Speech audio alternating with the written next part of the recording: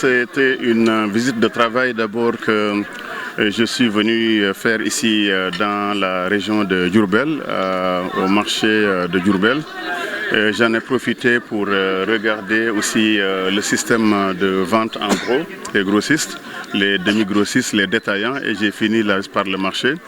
Je vais ensuite regarder ce qu'on peut faire avec les différentes associations de commerçants. Mais l'objectif est surtout de vérifier l'effectivité de la baisse des prix.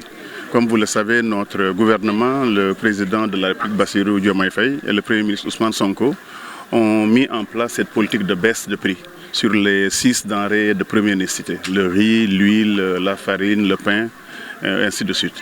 Et il était important pour le gouvernement de faire une descente sur le terrain pour s'assurer que ces prix sont respectés par les commerçants d'une part, par les grossistes, mais aussi comprendre leurs difficultés.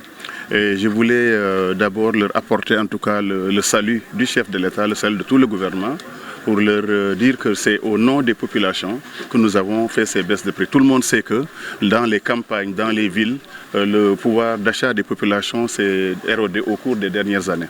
Donc il a fallu prendre des mesures fortes, populaires, des mesures assez significatives sur les denrées de première nécessité.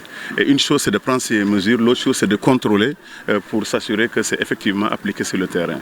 Donc je voulais remercier tous les services du ministère du Commerce qui ont aussi fait le travail d'affichage. C'était important qu'on puisse afficher les prix, qu'on puisse également mettre des numéros verts à votre disposition pour que tout le monde puisse contacter les services en cas de déviation.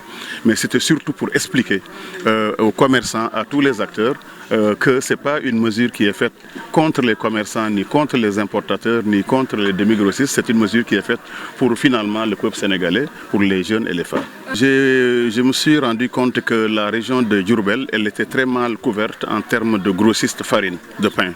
Et en ayant visité le seul centre qui existait ici, j'ai demandé à mes services du commerce d'écrire à tous les meuniers qu'il y ait un autre service à Diourbel, mais un autre également au niveau de la région de Touba, de Mbaké. Parce que Mbaké, c'est quelque chose comme 400 boulangeries avec la zone de Touba, c'est 2 millions d'habitants. Donc ce n'est pas normal que ces zones-là ne puissent se ravitailler à partir de Diourbel. On l'a vu ce matin que le stock était assez bas au niveau du magasin des Grands Moulins.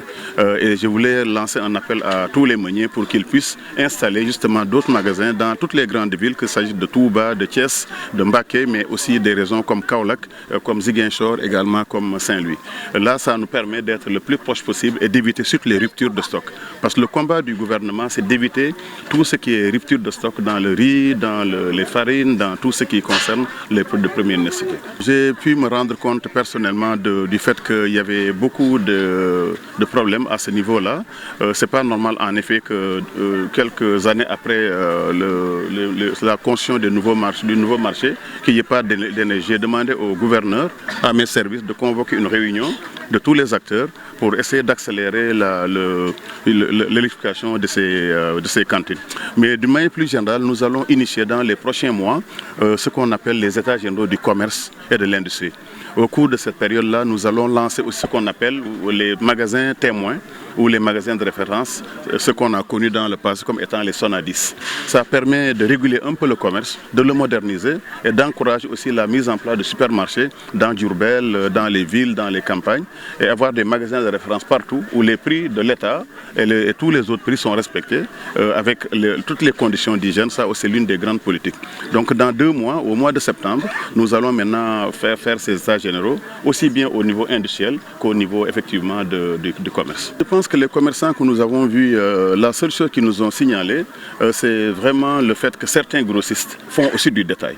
J'ai donné des instructions fermes à mes services que ça c'est inacceptable que vous soyez à la fois fournisseur et concurrent.